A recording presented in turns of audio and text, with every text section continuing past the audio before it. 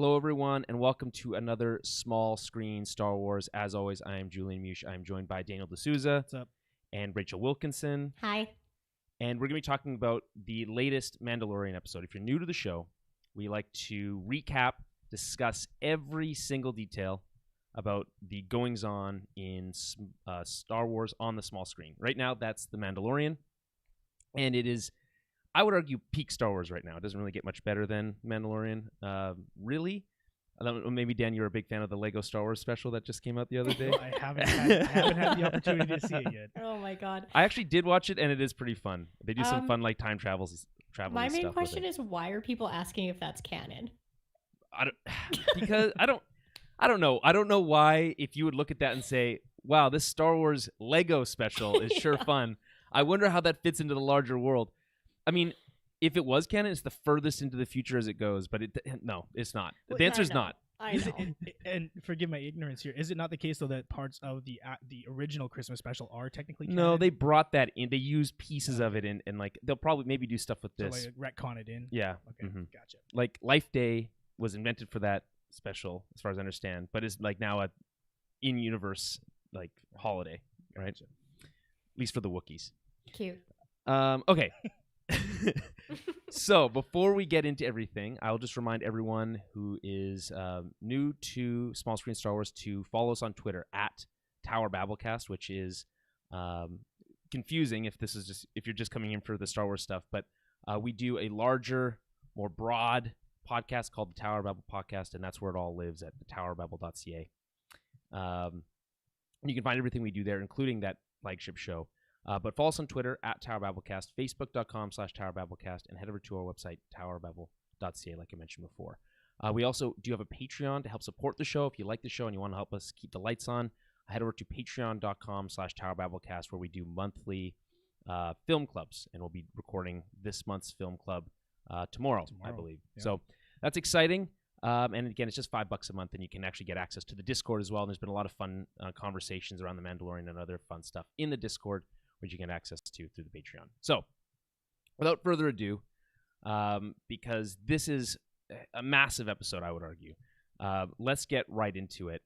This is Season 2, Episode 5, Chapter 13, titled The Jedi, which we all knew going in last week. Speaks for itself, yeah. But it makes sense. This is written by and directed by Dave Filoni. We've been talking about Dave Filoni on the show for a long time. He's a longtime veteran of Star Wars, been at Lucasfilm, worked with George Lucas on the Clone Wars from the very beginning, and is kind of carrying the torch for what George Lucas kind of taught him in Star Wars. So it's interesting. Dave Filoni, I think, is a very interesting character, and we'll talk about some of his influences here and where he does his best work. I think in parts of this episode, and we'll touch on that in a second. Again, he wrote this and directed it, and there's an obvious reason for that, and we'll get to it in just a second. But before we get into the kind of like blow-by-blow recap, I want to get you guys' overall thoughts. Just full warning to everybody that there's full spoilers for this episode and previous episodes of The Mandalorian. Basically, everything Star Wars is up for grabs here. So just, again, be warned. But Rachel, what did you think of this week's episode? It was my most favorite episode ever of The Mandalorian. Okay. Fair enough. And probably the best thing I've seen from Star Wars in years. So that's my take. I was so happy. I told you, well, obviously through text, that I almost cried multiple times. So I was just sitting there with like my head in my hands, just like tearing up. I was so excited. That's interesting. I thought I was going to cry because I cry at the drop of a hat. Like I really do. But I didn't cry this episode. I was just more in the kind of like in shock. Like I've seen it 3 times now. Have you seen it? How many times have you seen? Just the once or 3? 3 as well. Yeah. Again? Twice. Yeah. It's I think really rewards rewatching. As there's a lot of like some subtle stuff in there that you might catch the second time. But overall, I didn't get to me emotionally, but from like a just like pure fan excitement level, it totally worked for me. Oh, it got me right in the feels like so many times, but. You know how much I love Ahsoka, though. Like, it's obviously going to affect me. You have a closer... I feel like you have a little bit of a closer relationship to that character than maybe we do. Yeah, she's my favorite.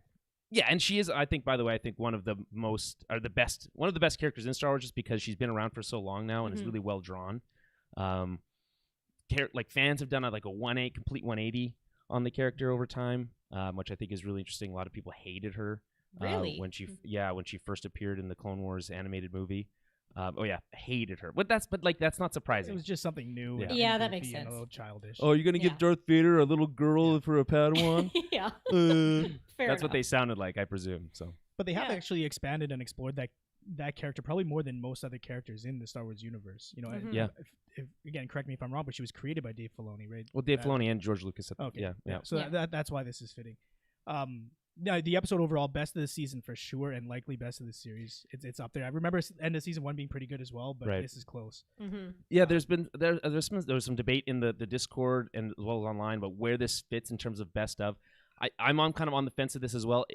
I certainly maybe enjoyed it the most of every episode. It's nice to see whenever lightsabers involved, it's an Yeah. easy win.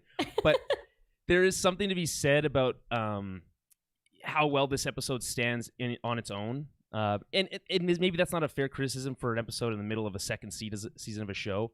But I think this episode is most rewarding to people who've been watching the Clone Wars, Yes. to people who've been invested in that story with Ahsoka for a long time. And if you don't know her, I mean, I think this is a great introduction to the character, but I don't think as rewarding of an episode for them. But it's still notable that the episode works. Like I'm trying to put Right. myself in the mindset of somebody who has never seen Ahsoka on Mhm. the screen before, and I think the episode itself still works as a standalone story. Yeah. Yeah, I'd agree introducing with the that. character.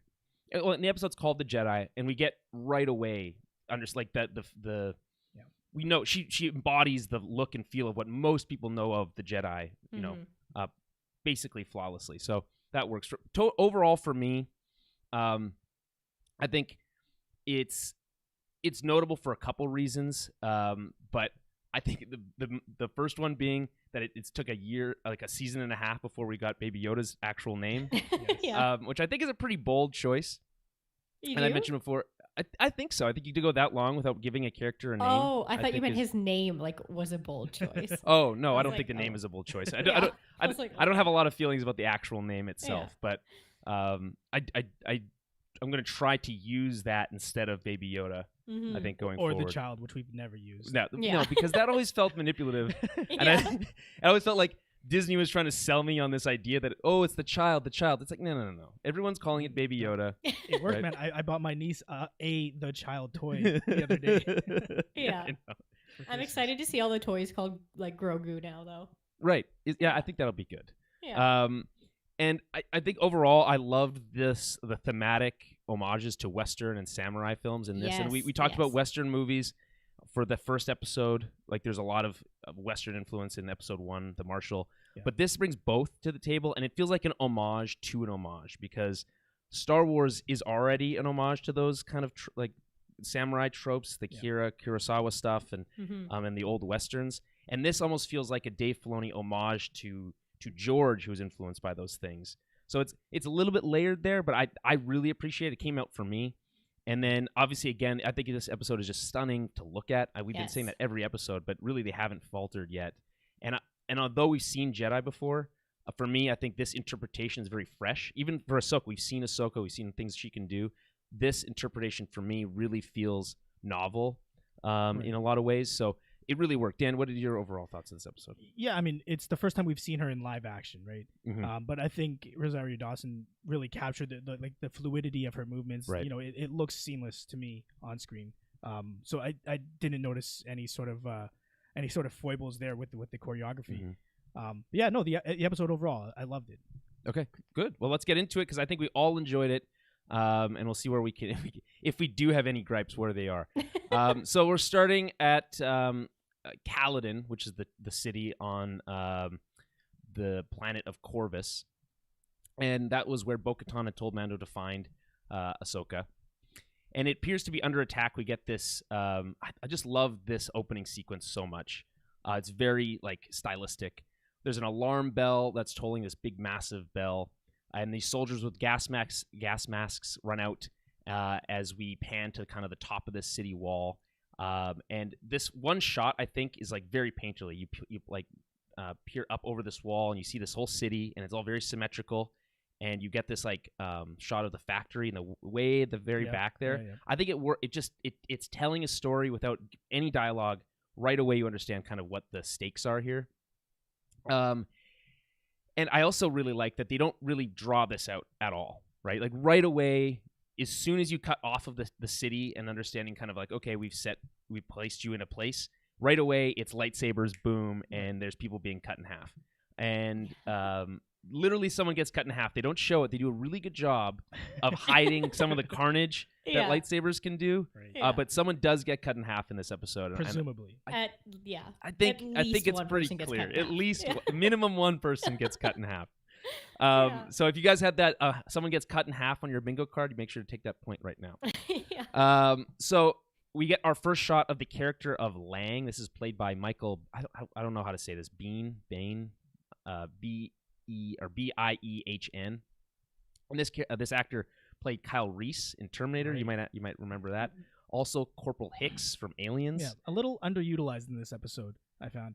I thought he was so cool. Like he was just some henchman. Like they made it seem like there was a sort of rivalry between him and the Mandalorian, but they didn't really establish it early enough in the episode. Enough. If there is a gripe that exists, they made it seem towards the end of the episode like it meant something for them to have a standoff when it really doesn't. Yeah, I guess. Yeah. I mean, for me, it seems like he's just another authority figure that Mando has always had a problem with. He comes off in a very similar way as Boba Fett does in Empire. Not a lot of dialogue, just kind of looks cool, does cool stuff. Mm-hmm. Like that, and they unlike Boba, they don't kill him off in Empire. In this, they do kill him, which I think is a little unfortunate. I think it'd be fun to see him play it around a little bit more. It's good, cool actor. I think I really liked his like understated performance, especially when he's chatting with Mando outside the wall later. I don't know, Dan, you didn't like it. What did you think? Rachel, about yeah, I got a very like sellsword kind of vibe from him. Mm-hmm. So it's kind of like he doesn't give a shit about anything as long as it's he doesn't have a side, he doesn't really care, he's just there because that's who's paying him at the time. Right. So that's the kind of feel like I got from him, not necessarily like that he needs a bigger role than that. I thought he did that role very well. Sure. But yeah, no, I totally get that too. Love the term sellsword. Not used enough. I just feel like generally. Yeah. Sorry, I think that's more of like a Game of Thrones thing. Not I was going to say there aren't too many swords in Star Wars. Just the laser kind. I guess that's what like a bounty more swords than you'd think. Star Wars, but yeah. And a spear. You don't see spears very often either. Yeah. But we get why one of those. You? Yeah. Anyway, I just like the character design. One thing that stood out to me was this like this half armored look that he had, but the one specific like piece that I really liked was the kind of command skirt that he had going. Now the command skirt is hilarious, but that's what they call it in the clone. It's the command skirt. So in the Clone Wars, the clone commanders and ARC troopers had those like little skirts. They were called command skirts. Sure. Okay, and he has something basically exactly the same going on here. I'm just saying. I think it's pretty cool looking. Julian, it's 2020, and men can wear dresses and skirts now. I'm saying I'm pro command skirt. I don't know if it comes off any other way. Not that it really matters, because I'm sure we're all on the same side here. But this does take place a long time ago in a galaxy far, far away. So it's not 2020. So they did it first. True.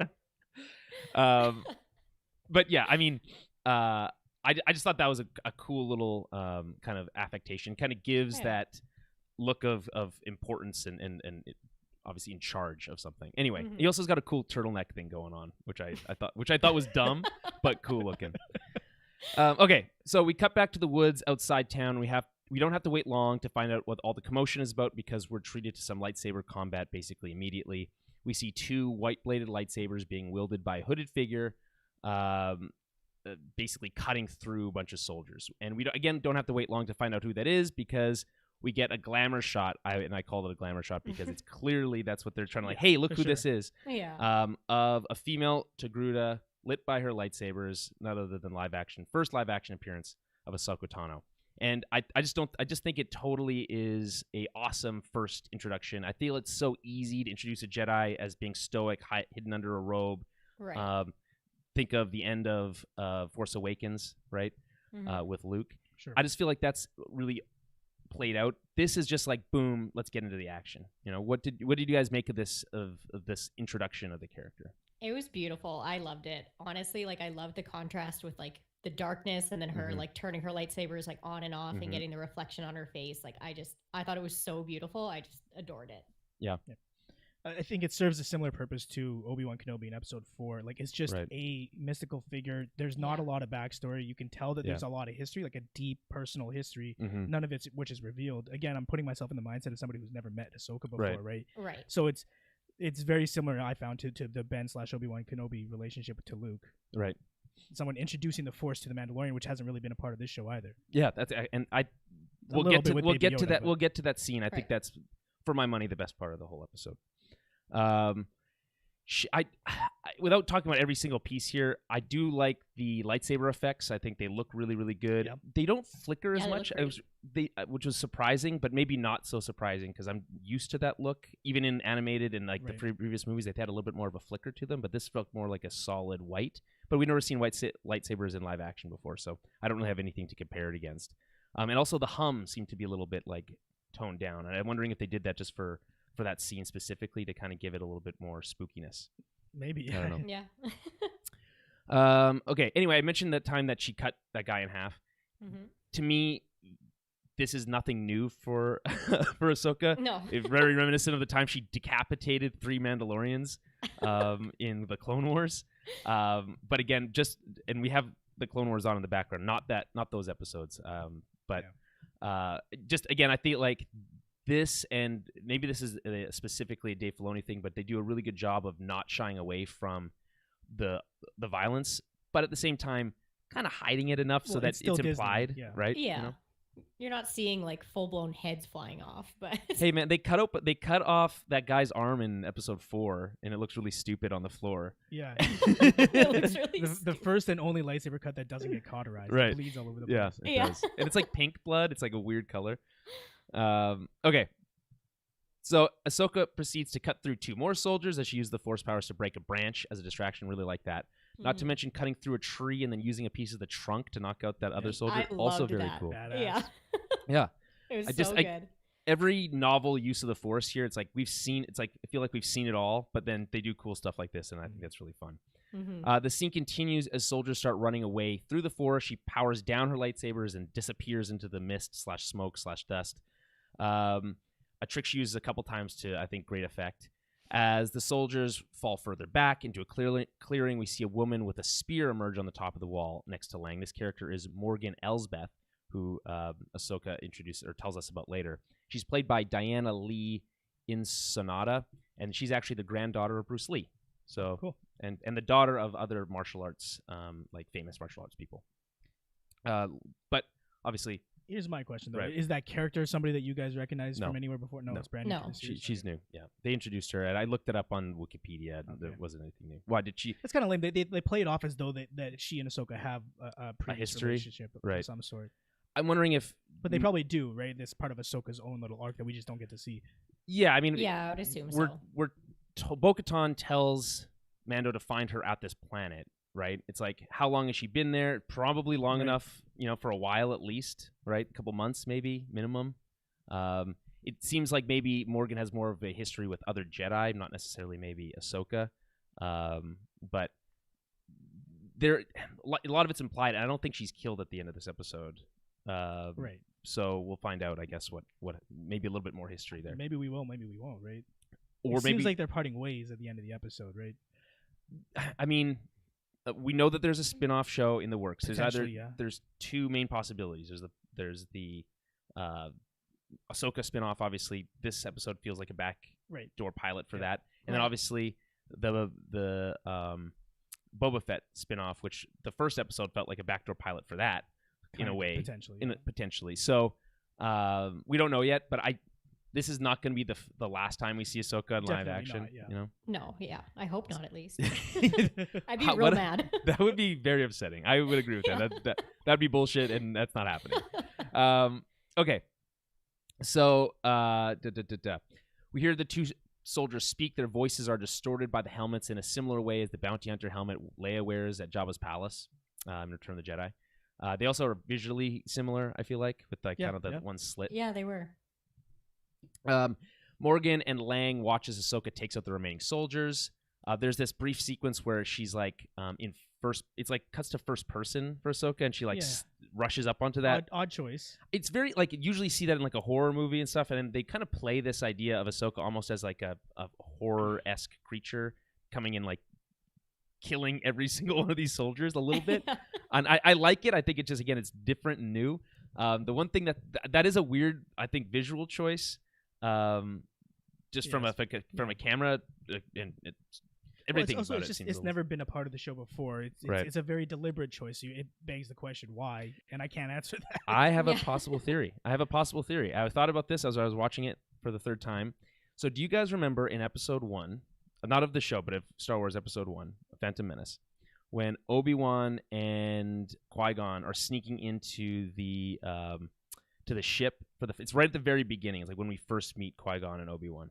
Oh. And they do this like drop out of this like ventilation shaft onto the ground, and then they do this force speed thing where they go like rush, and we never see or hear about that. Well, you see it in the video games. That's it, right? It's like force speed or something like that. So I'm wondering maybe this is a version of force speed. They just wanted to show it from first person because she comes out really fast. Thing, actually, yeah, I assumed it was just kind of showing her like speeding up as like her quick like Jedi speed. Yeah. So that's my theory. Okay. I think let's go with that. Yeah. Okay. So I don't know. Otherwise, it is kind of a weird choice.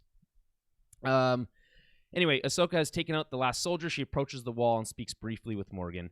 Note that she ignites her lightsabers here while she's talking to her.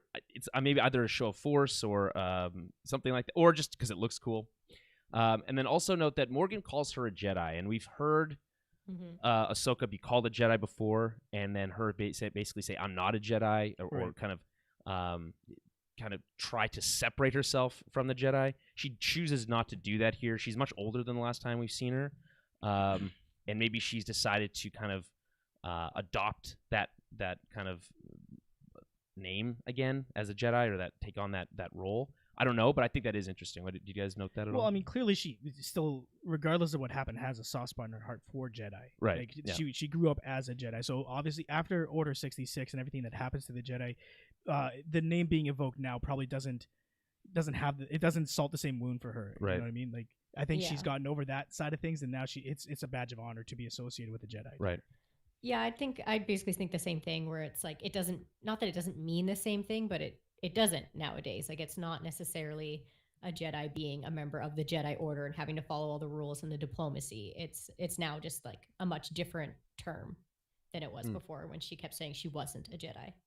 Right. Yeah. I agree with both of you guys, by the way, on that. So we have on our Twitch channel, Martinson89 mentions, just stopping in to say I didn't love the episode, which I think is hilarious. No, just think like the idea to just pop in to just say, by the way, didn't like this. And then he does give us something to talk about. So he says, didn't love the episode. Something about Ahsoka's fight choreography seemed off and almost low budget. Cheers. Also, cheers to you, Martinson, 89. Good year, 89. It's a good year. But what do you guys think? Did you guys find that the fight choreography looked cheap in any way to you guys? I'd say not necessarily cheap. Like, I understand maybe he's coming from that, like, when you see animated Ahsoka, she's doing like a ton more like flips and stuff like that. So maybe that's what he's saying, that it's like, you know, she's not doing as acrobatic as we've seen her in the past. But I don't know, it's live action. It's a little bit of a different take, and I think we need to like take that with a grain of salt. I don't have anything like bad to say about her movements or the action scenes. There's one like weird motion that stuck out to me as being like looking a little weird, which is when she's like deflecting blaster bolts on the top of the roof, swinging at it too much. I don't know. It looked a little weird, and she does like this one weird foot motion. Yeah, that looks weird, but that's like feels like the tiniest nitpick, because my overall takeaway was that I thought they did a really great job of invoking the more prequel-esque lightsaber feel, which is a lot more over the top, a lot more blaster bolt deflections, that kind of stuff that we've seen in animation. I thought they did a really good job of bringing that to live action here. But you know, I think it looks a little low budget. That may be part of this, like with what they do with the lighting, the shadows, and everything being lit essentially by fire and blasters. Right. You kind of like fudge the lines a little bit. So I guess in terms of choreography, you could probably get away with a bit more in that sense. It worked for me though. I think it, like I said earlier, it looked like she flowed the same way Ahsoka flows in the cartoon. Yeah, I would agree with that. The show, whatever you want to call it. It's a cartoon. I mean, it's an animated cartoon. Okay, yeah, it's fine. It looks the same as in that little children's show you guys watch. I was going to say that's what the implication is when you use the word cartoon, but that's fine.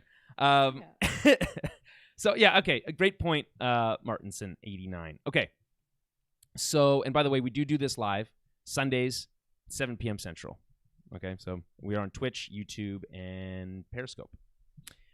Okay, so continuing on, we learn in the brief exchange with Morgan that Morgan has some sort of information that Ahsoka wants. This is just setting up the stakes a little bit, and that Morgan is willing to use any and all the townspeople as bait/leverage to keep Ahsoka at bay, basically.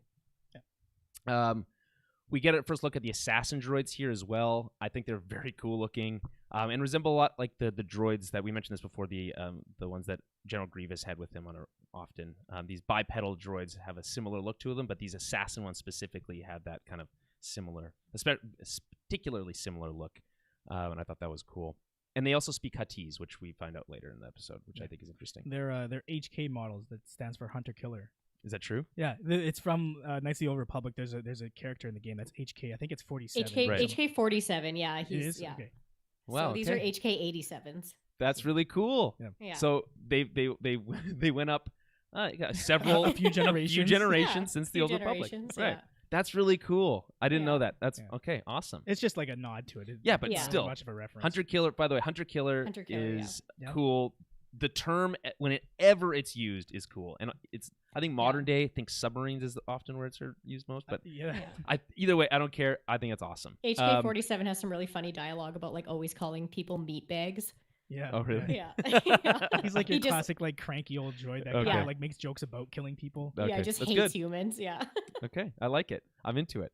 And then Ahsoka gives her an ultimatum and gives her 1 day to make a decision. So. I thought that opening sequence was amazing. Any final thoughts on that before we move on? I think we kind of talked to it to death a little bit. Okay, so we now get to Mando for the first time. They're on the crest, and Mando says that he's detected a beacon and will start landing. I don't know what the detected, like whose beacon, doesn't matter. Don't ask questions. He asked, it's just like the city's beacon, but yeah, I mean, it doesn't really matter. He asked Baby Yoda to get back in his seat before landing, and we get a lingering shot of that little silver knob he liked to play with from last season.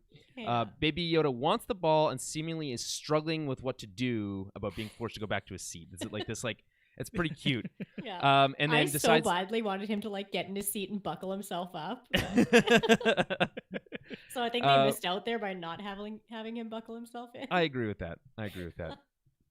And so he decides he's going to use the Force and starts to unscrew the little knob off the handle. And I don't really understand Mando's whole, like, that has to stay on the ship. It's like the knob works just as well with or without the little ball. We don't know that. Yeah, it's there for a reason. Okay, all right, okay. It seems to me like it's just there to, like, grip a little bit better, but, what do I know? Anyway, the crest starts a landing sequence. We get a few establishing shots of the planet. There's a shot of a soldier using a weird speed gun thing. We've seen this before, specifically the first time at the Yavin base as the Falcon arrives. Right. I've always wondered what they're doing. A little radar gun. It's like, oh, they're coming in too fast. Yeah, like what does he do once he reads it? Like, I don't know. What do you do with that information? The ship's already landed by the time you read it. We also see that the forest in more daylight here. It's completely burned. There's these large dinosaur-like herbivore creatures in the background. Dan, we talked about this yesterday when we were playing Call of Duty. Mm-hmm. And you want to just tell us why you thought these guys are so cool, or? Well, it's exactly like you said. They're just dinosaur aliens. But I came to the realization that one of the things that's so cool that like sparks the imagination about dinosaurs is that they're essentially aliens that lived on Earth. Right. Like they're so completely different. Biologically different from anything we know. I don't know. I thought that there was a connection there that I hadn't made before. That was interesting. I also like, hey, we've had all these giant creatures in this episode. They're all trying to kill Mando all the time. These massive creatures, right? Yeah. These ones are just minding their own business, living in a burnt-out forest, yeah. Right? I mean, they'd probably be a lot happier if the forest wasn't burnt, right? Probably, yeah. But No way to know. But it also giant herbivores implies giant carnivores. Just saying. There's no. You don't even know that these are herbivores. I guess there's no. But there's. I guess that's good. I mean, they eat a tree at one point. But maybe they're just using it to clean their teeth. But I guess that's not necessarily true because their whales are massive. I guess are they? They eat plankton and stuff, right? They're omnivores. They're carnivorous. Carnivorous. Anyway, but there's no whales don't have a natural predator. Is what I'm saying. Like nothing can take out a blue whale. Yeah, other than you're man. thinking of krill, not plankton. And yes. I think that's what I'm thinking of. Yes, they probably get a little bit of plankton every once in a while. It's a big mouth. That's a good point. But they don't eat plankton. Right. Okay. I'm just thinking of plankton. I truly from don't know what the SpongeBob. difference between plankton and krill is. So. I think Julian, you're mentioning. I think you want to talk about krill. I'm just saying. Okay. Whatever. You Nerd. make fun of me for not knowing about cold-blooded reptiles, so shut it. Yeah. Okay. Well, now you know. Now I'm learning you something. Yeah, and now I know that there's the difference between krill and whatever the fuck else I said. Okay, so back to the episode. Yeah. Blah blah blah blah. Mando notices that Baby Yoda has the silver ball thing. He chides him for it. Full on dad voice, like you mentioned, Rachel, all the time. Love his dad voice. Oh, and I think they really lean into it in this episode because they talk about it a little bit later. Anyway, he puts the ball into his pocket, and he mentions that he's never had dealings with the Jedi before, and that they should head into town and find the lead. Now, I find this scene really interesting for a couple reasons. Firstly, obviously, it establishes / reminds us about the importance of that ball that Baby Yoda had. Sure. Right. But also, it shows that Baby Yoda is stubborn, which they talk about later, right? And the whole dad thing, it goes full dad mode here, right? Which again is also important, which they talk about later. So I think it does a really good job of kind of embodying all those things in one scene without specifically talking about them. And then also I find his tone really interesting, as he's just talking to Baby Yoda like in a very conversational, calm manner, despite everything they were gone through the last like week and a half, right? That's no. I'm not saying like he should be freaking out. What I'm saying is it's like he's really chill, right? Mm-hmm. And you get the sense that he feels very comfortable, not only with like what they're about to do, but also just with Baby Yoda in general. Just there's a natural comfort there that I think that really that's coming through. And maybe I'm reading into it a bit much here, but it just felt there was something interesting. It felt a little bit less. He felt a little bit less on edge here than he has in past weeks. I just think very much he just kind of like, I get the sense that he probably just talks to him all the time, even though Baby Yoda doesn't speak back. He's just like, I think he's just used to like constantly just like telling him the plans, telling them what they're gonna do today, like like a dad does with his like little kid or their baby, like, or you do with your dog. Like it's just that very like I don't know, calming sort of presence to be able to just to talk to someone. But no, I think that's the normal part. He just again this idea that he feels a little bit more relaxed than he has in the last couple of weeks came through to me, and maybe that's just again me just reading too far into it. Yeah, I don't know. Everybody in Star Wars seems to be much too casual with what's going on. Like people should be freaking out much more often in Star Wars. Right, that's probably true. Yeah, that's probably true. They're literally at war. Constantly. Seeing random aliens all the time that you've never seen before. Right. You don't know how they might want to eat you. You don't even know. But you just accept it. They're just coming here to buy a stupid like dumb fruit from you that you can't eat because it disagrees with your biology. Like, it's nuts. Exactly. Right. But again, best not to think about it. They're probably also setting that up a little bit that like, oh no, he has like a false sense of security right now, even though there's like a tracking beacon on his ship. Right. And, that's a good point. So that's a really good point. Yeah. Okay. Anyway, we see Baby Yoda is also in a messenger bag thing. He's got like this like pouch. So cute. And I think it's a little bit more kind of like subdued than the pram, the giant floating pram he carried around with him. Yeah, it's like a baby Bjorn. Yeah. It's more. It's subdued like a baby Bjorn. Yeah. And then I just like he can kind of hide him with the cloak, which it's harder to hide the pram, but also the pram provided protection. So it's a give and take, And Mando's constantly shot by stuff, so it's like really having Baby Yoda on his body is maybe a bad idea. Unless there's some sort of Beskar right. covering on the bag. Right. Which I don't think there is. Oh, but maybe he'll melt down that spear. Oh, all I want is now him to make Baby Yoda his own little Beskar like armor. Okay. So as Mando walks through the town, we see armed soldiers standing on the roof. and another bipedal droid. Now, this one is interesting because it looks a lot like the torture droid that we see in the Clone Wars Season 7 when Ahsoka and those sisters that I can't remember their name are escaping. Sisters? The Martez sisters, thank you, are escaping the Pikes. Remember this? Do you guys remember this droid? It's got yeah, like he's the all two like hunchback, and he's got like the zappy hands. Yeah. Reminds me of that a lot, which makes me think that they're doing some torturing here, which is not surprising because we see little soldiers. We see them torture people. Actual torture later. Yeah. So it's a creepy looking droid is basically what I'm getting at here. Okay, so people are obviously terrified as that no one's speaking to Mando, an old man, the only old man in the town because we see him like 1,000 times in like cutaway shots. Which you I just think need a humanizing figure in the town, people. Yeah. Anyway, he says that he's not allowed to talk to anyone, and before he can get any more information, guards come and tell him that Mando that the magistrate wants to see him. Now, there's this lingering shot of one of the soldiers staring down that old man that is like, I found like really unsettling. Like he's basically like, what the fuck were you doing talking to this guy? And looked like he was like contemplating whether he should shoot him. He could just shot him or not. I don't know. I just felt that was like a really good shorthand method to like show how kind of fucked these people are. Yeah, it made all the more unsettling because of the mask, I think. Yeah. Mm-hmm. Okay, so as Mando is guided into an inner gate within the city, he's walking past prisoners strung up on these like electric stockades. There's this like brief electrical effect. They get zapped, and you see their skeleton, which is kind of silly, but the universal symbol for somebody being electrocuted. It's also the same like look they used when Vader's throwing the Emperor down the shaft. Right. So that I think that's just been adopted in Star Wars. And you get shocked, you see the skeleton. That's just a fact. It's the same look you get if you try to take your toast out of the toaster with a fork or a knife. Right. And you can try that at home. Just kidding. Don't do that. Don't do that. Okay. Once inside the inner gate, Mando walks into a garden with greenery and a pond, which is a stark, contrast and change from the grays and browns of the rest of the city. Even the air seems cleaner, And we see Morgan Elsbeth, the magistrate, and she's waiting for him and has a proposition for Mando. She asks him to kill the Jedi, mentioning that Jedi are the ancient enemy of the Mandalorians, right? And for her, this must be her lucky day. She's just like, fuck, this Jedi's giving me nothing but problems, and in walks the Mandalorian, right? Do you think? I mean, the impression is she does not suspect anything, right? But we also know she's kind of a shitty person, so maybe was planning on turning on him, whatever here. But it's just like, is it just her capitalizing on what is fortunate for her, or she sees fortunate for her?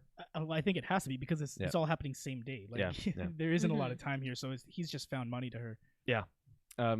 He says he's very expensive though. Although everyone says like I'm very expensive. Like I don't know what. Is Beskar like the equivalent to gold in terms of like its value? Like if someone brought to you like a solid gold spear, it'd be like that's worth a fucking lot of money. Like you know what I mean? Like is that what's going on here? Because I'd say to me like Beskar is even like because it's so rare and it only comes from Mandalore basically. Right. Like they invented it that it's very coveted metal. So everyone realizes like how strong it is. So I think that it's like even more so than gold. Like that's like the supreme currency, especially to a Mandalorian, but. And the most logical analogy is probably mithril. Yeah. Tell us more. From Lord of the Rings. Mithril. It's the elven like metal. Dwarven metal. Dwarven. It's a gemstone that the dwarves find in Khazad-dûm. Okay, and they can. And it makes so Frodo wears the mithril coat, and that's what stops the cave troll's spear from killing him. Oh, okay, cool. Look for our podcast on Lord of the Rings whenever that show comes. To Amazon Prime or whatever it's called. Okay. So in exchange for killing the Jedi, Morgan's going to give him this Beskar spear. And I just love... So she has this droid bring the spear. And I just love that the droid is wearing robes for some reason. Yeah, it's an odd choice. It looks cool to me. It's like it's clearly there for a visual style. Yeah. Something that I've always appreciated about Star Wars is that sometimes it's not about what makes sense. It's just about what looks cool. And... I'm basically on board with that. That's a great tagline. Yeah. Sometimes it's not about what makes sense. It's about what's going to look cool. It's about what looks cool. Yeah, he's a fancy droid. Exactly. He gets a designation above some of the other ones. He's in charge of the other hunter-killer droids. Yeah. So she's going to give him this spear. and it's pure Beskar, and the way he tests it is by like wringing it off his armor, which I thought was like a really cool, like kind of like when you have the gold, you bite into a piece of gold. Yeah. Yeah, I kind of got the feeling that it makes like a certain like a note almost. You know, like if you bang it, like I don't know, because I know you can do that with like musical instruments where you can like make two notes and if they like harmonize or not. Yeah. So it sounded to me like if you bang Beskar on Beskar, it makes like a specific sound. But yeah, and they're also saying like she's like it's pure Beskar, which I think that what they're doing is like setting the groundwork for explaining why Mandalorians we've seen in the past get shot and killed by blaster fire. Right. And just being like, hey, Mando's armor is pure Beskar, which is why it's able to deflect these blaster bolts that we generally have seen that not work that way. Right. And I'm wondering if that's what this one line is doing here, which it may or may not be, but I'd like to see that. I think that you're reading too far into the line itself, but I like that mentality around it. That makes a lot of sense. The one thing I think is interesting is that, okay, she's got a spear, and it's probably spoils of the Great Purge, right? Likely because she's been with the Empire, working for the Empire for a long time. The question is, was the spear already formed as a spear and she got it in that way, or did she have it forged into a spear? And if so, who did it? Because it's hard. We all know that it's hard to use and forge Beskar. So I did find that interesting. It's really not important, but it poses an interesting question. Okay, so Mando is escorted out of the town by Lang, who asks him what Baby Yoda is. Mando says he keeps it around for luck. I like that this one episode isn't centering around Baby Yoda causing the problem or being the issue or what they're fighting all over, right? Someone sees Baby Yoda and it's a non-issue, right? It's like, oh, what's that thing?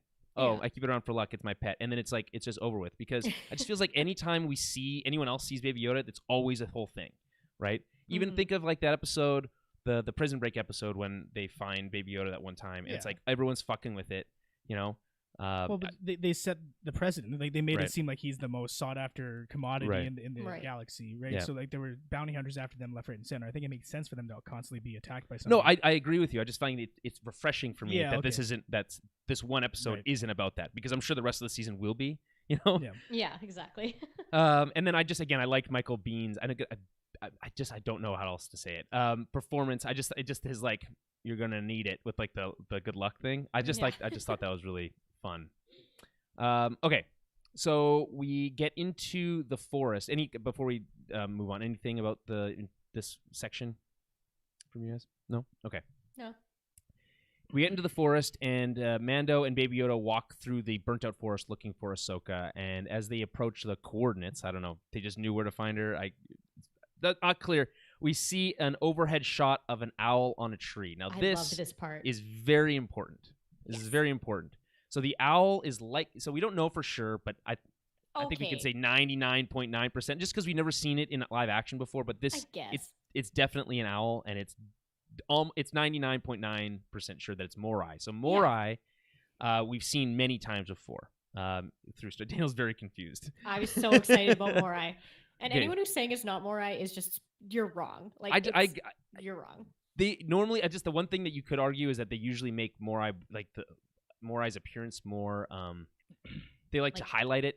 You think of the final shots of the Clone Wars when Vader's picking up Ahsoka's lightsaber and he looks up and the Morai's up there flying over his head. Yeah. They do a specific, they highlight Morai there. And same with when he's kind of quote unquote communicating with Ezra in the World Between Worlds.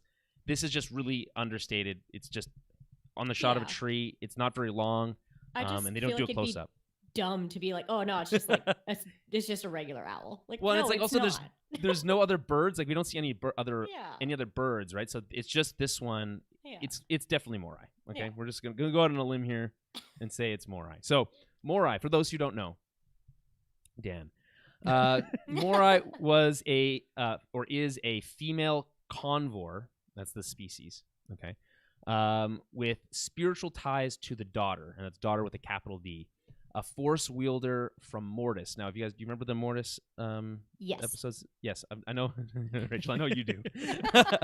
The Mortis episode arc of Clone Wars is one of the most interesting and I think influential arcs of that entire series. Okay. It does some really interesting stuff. I mean, it's mostly forgotten about because they erase the memories of Obi-Wan and everyone who was there, including Ahsoka and Anakin. But it touches on a lot of core themes that Star Wars is really about, and core themes that they've really carried through the rest of Clone Wars and into The Mandalorian. And they touch on here as well. So Morai, again, is a spiritual connection to the daughter. The daughter appeared in various, and Morai as well, appeared in various depictions of the Force wielders alongside the daughter. It was believed by some that the Convor in these depictions was a servant of the daughter, or even a manifestation of the daughter herself in another form. Morai became a friend of former Jedi Padawan Ahsoka Tano, whom the daughter transferred her life essence into prior to her death. She accompanied and watched over Tano throughout her life. Tano claimed that she owned the Convor her life. So there's a lot there, and I just read that, by the way, that's from Wikipedia. Ahsoka dies in the Mortis arc. She's full-on killed by the dark side personification, the Sun. And as a gift to Anakin and Obi-Wan, and as a sign of kind of like of peace, she sacrifices herself and transfers her essence. It's very similar to what happens at the end. By the way, what happens at the end of Episode 9, when Ben, quote unquote, like force heals Rey. Yeah. Very similar to that.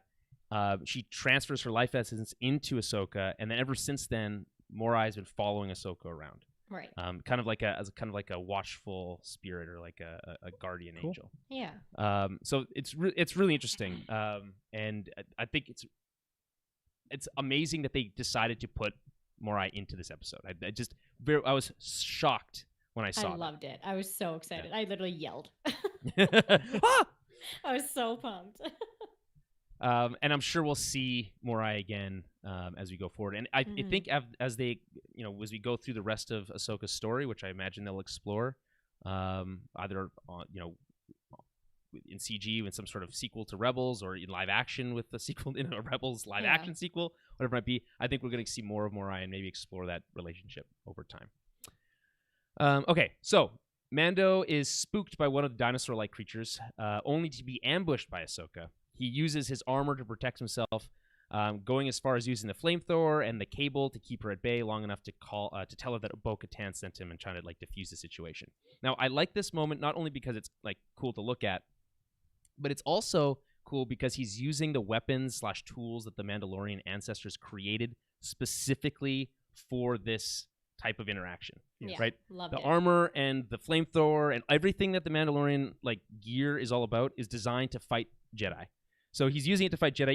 He's not really thinking about it in that way, right? I just think that's like a kind of a fun piece there. Well, it works. Like he gets a couple licks in at least within the fight. He's able to keep her back long enough, so he's able to at least get a blaster out. He does pull his blaster. You're used to seeing Jedi mop the floor with any opponent that doesn't have a lightsaber. Exactly. We literally see it in this episode. Yeah. And it's nice to be able to see like the Beskar actually like fully stopping lightsabers. Like Right. he can put up his like wrist guards there and it stops them, which is like obviously something we don't normally see. Usually people's arms just get straight up chopped off. Do we? Yes, exactly. Was anyone shocked that the armor worked in that kind of like no, they've talked straightforward about it. No, way? it was just cool to see it. Like I was just pumped. I was like, oh, that's so cool to see that like live action. But yeah, me too. And again, this idea that pure Beskar is able to deflect or stop a lightsaber is interesting. Okay, so Ahsoka agrees to speak with Mando, and she's clearly interested in Baby Yoda. I just love the line. She's like, "I hope it's about him." I know, it's so cute. And this is the first, I think, best shot we get of Rosario Dawson's performance or a version of Ahsoka. What do you guys make of the look? I just think they really nailed. I think it'd be really easy to not nail the color of the skin, which I think is challenging already to begin with. That's true. But I think they do a really good job of that. Her I don't know, they're not tattoos, but facial features, I guess. I don't know what you call them. Her facial markings, I guess. Yeah.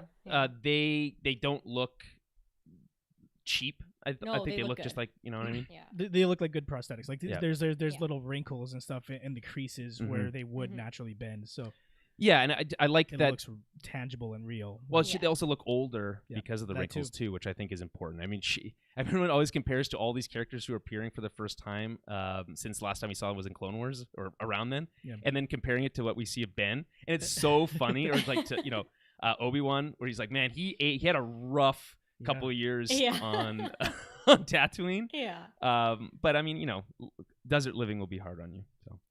Yeah. Anyway, there has been some discussion about the length of her Leku / I knew there was going to Montrails. be something about her Lekus. Mm-hmm. Yeah. And so a fan on Twitter asked Lucasfilm character concept designer Brian Mathias on Twitter about this. So the question was, and this is the fan that asked, can you share at all the conversations you had regarding the size of the Montrails / Leku ? There's some confusion about fans among fans as they were much bigger in Rebels around the same time period.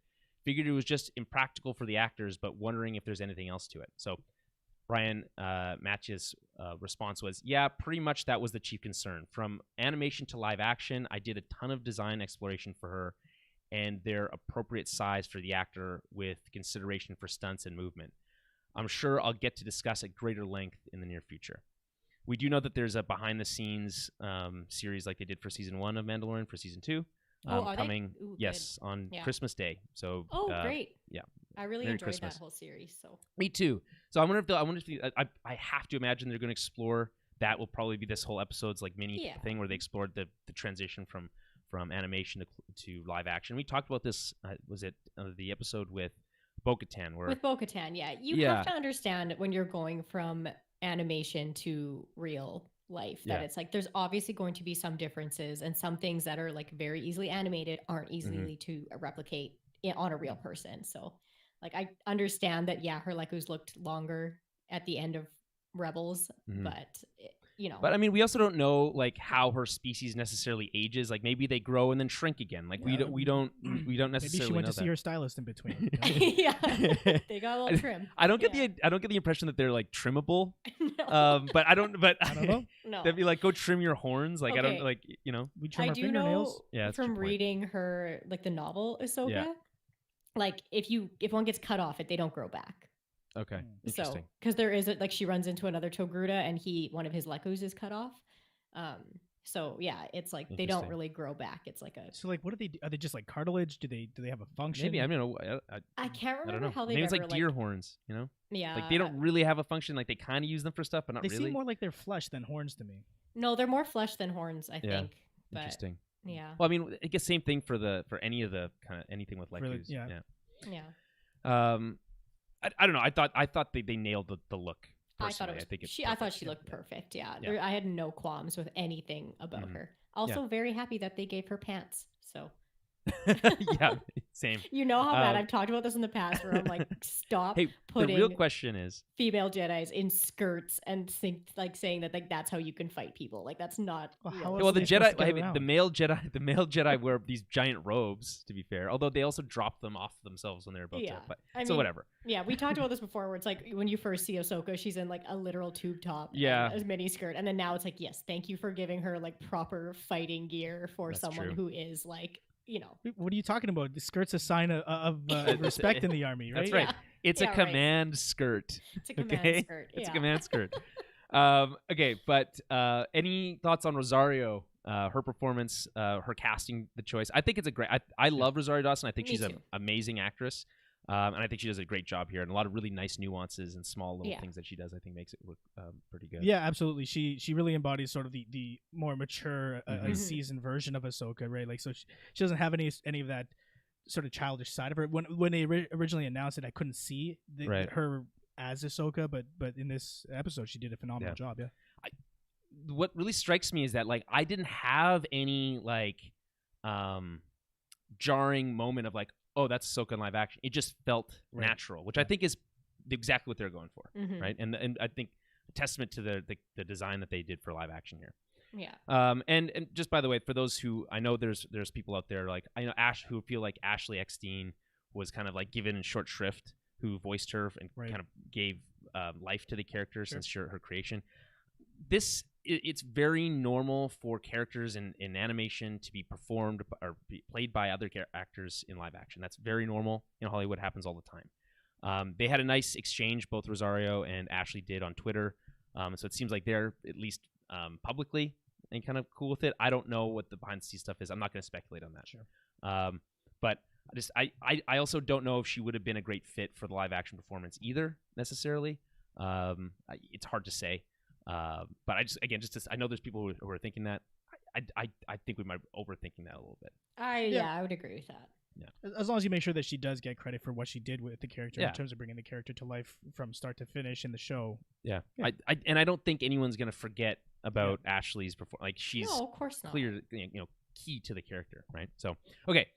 Back to the episode. So Baby Yoda and Ahsoka sit under a large, partially clouded moon and can converse through the Force. I really like this piece here, and there's a woodwind music track that plays here that's just very different than a lot of stuff we've seen on Mandalorian. We get woodwind. We've heard the main Mandalorian theme has some sort of flute. Yeah, I think it's like a recorder technically. It's like a massive recorder. So we've seen that before, but this is the Ahsoka theme, which is Kevin Kinner's music, who scored basically everything in the Clone Wars. And I think he, for my money, is one of the best composers who's worked on Star Wars. He just does a really great job of pulling in the appropriate themes where necessary and making it feel like it fits.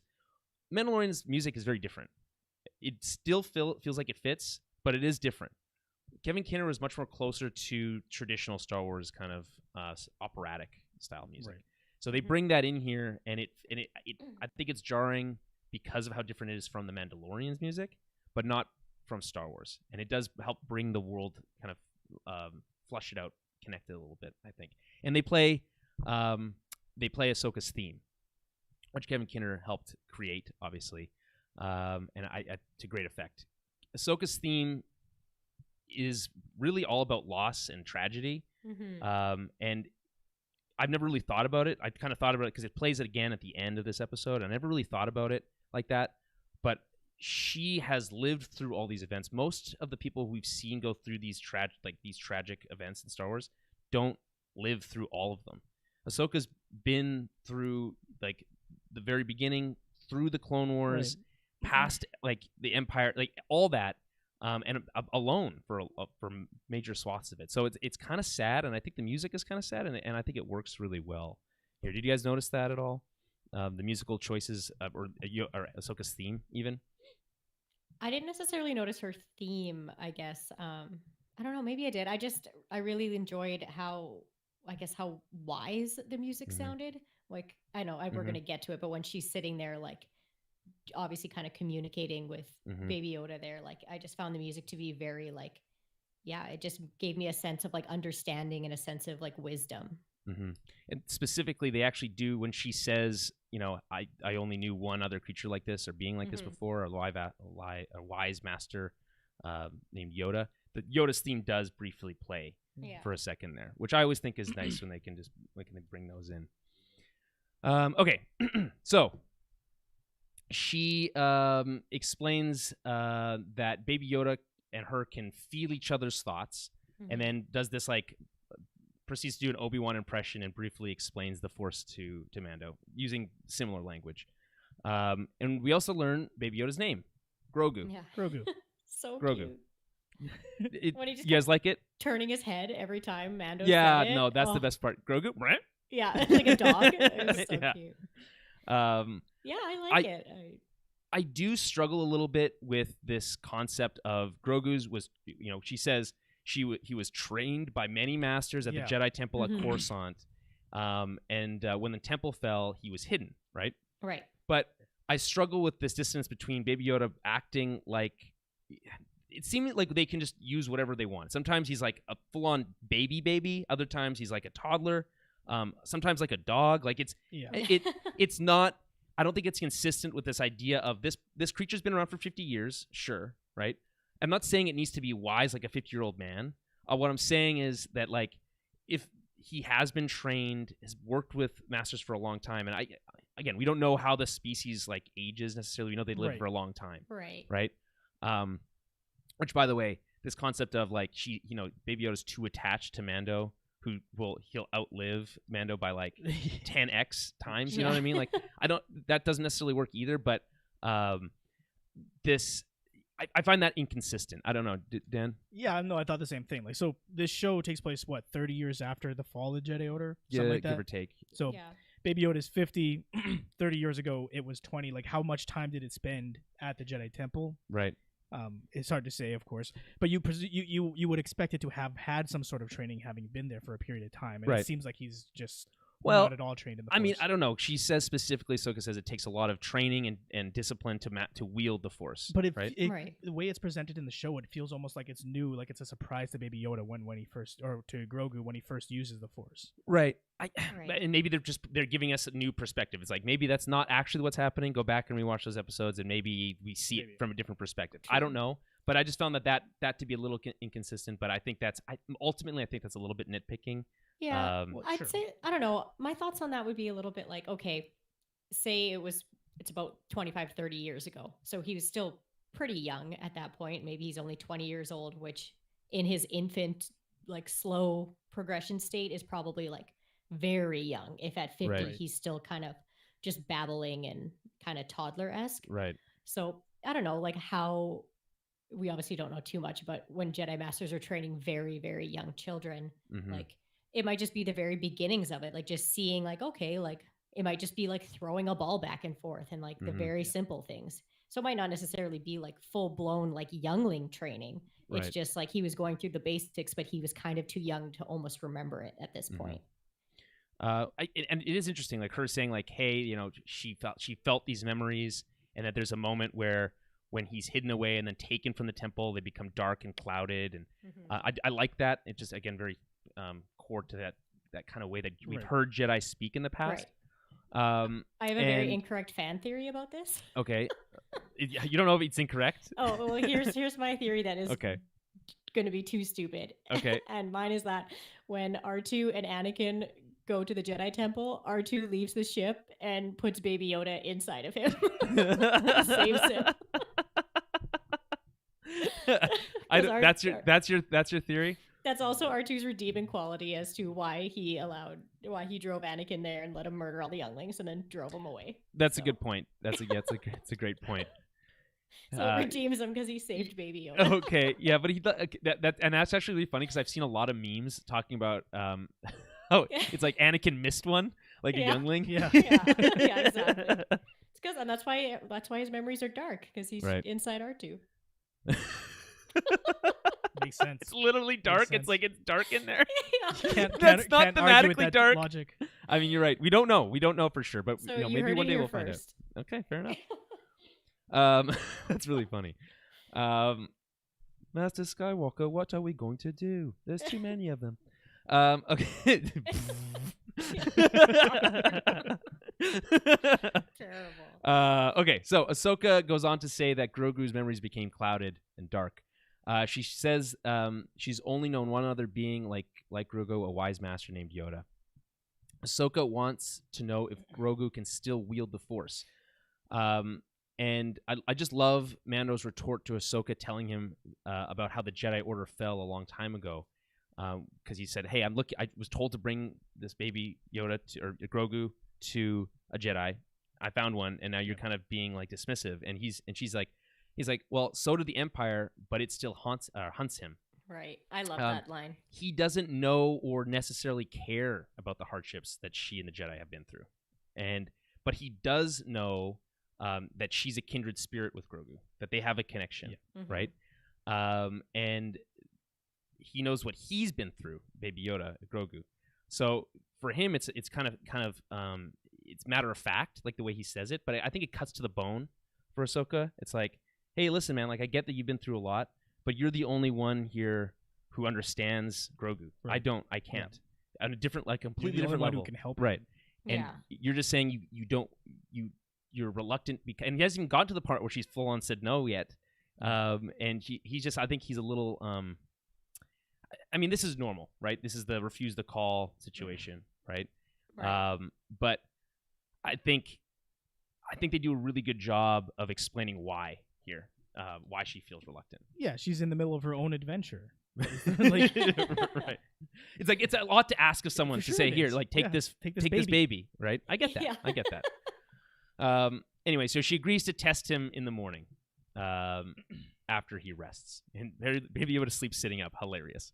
So in the morning, Ahsoka, Mando, and Grogu arrive at a clearing that is much greener than anything else we'd seen on the planet so far.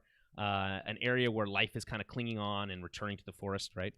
I think it's not specifically said here, but I think it's chosen. Ahsoka chooses it as it's kind of a place that's strong in the force. It feels like it would be. Or having someone so strong in the force there encourages new growth and new life, right? Because she's so one with the force. I like either interpretation. I think is nice.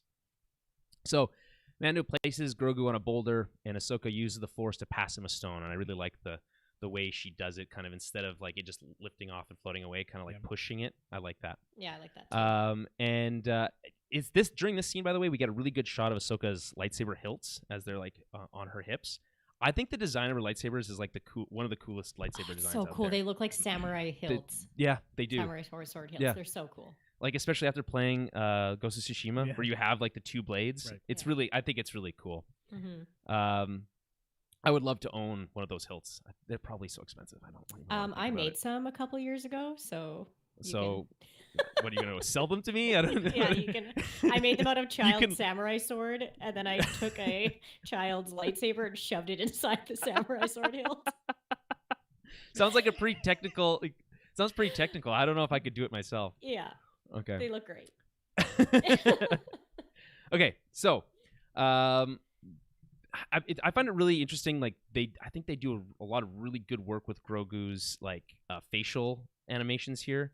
I don't really know how to interpret it. I just know that there's a lot going on, more than I feel like has gone on for a while, like that we've seen for a while. So Grogu looks like upset. She asks, Grogu, return the stone, right? And he looks upset or challenged. It's not clear the emotion he's going through. And this is, by the way, part of where the inconsistency.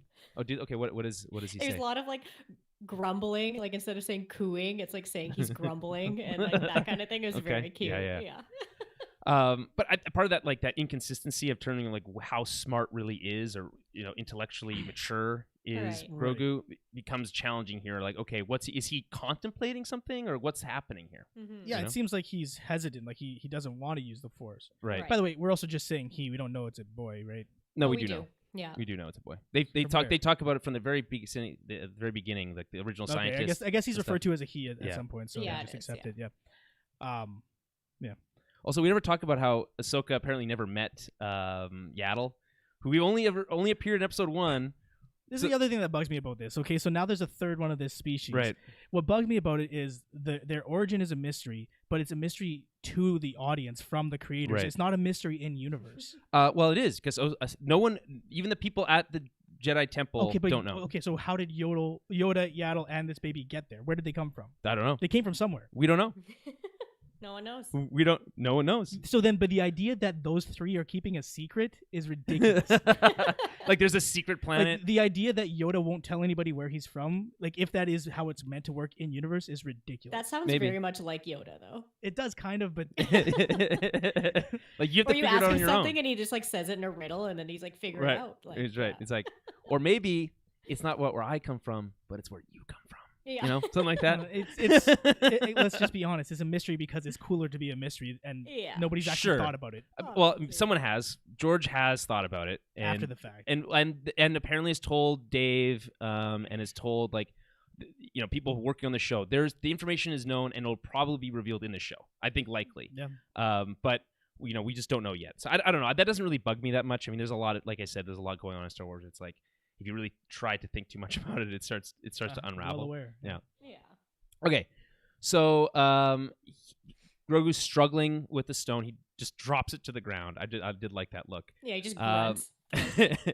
So Ahsoka sits with him, and she says that she senses much fear in Grogu. Now, again, this scene for me is the best part of this whole episode, I think. And it's doing what Dave Filoni does best, which is weaving in larger parts of the story of the universe that we've seen, but not putting it in your face, right? doing it in what feels like natural, earned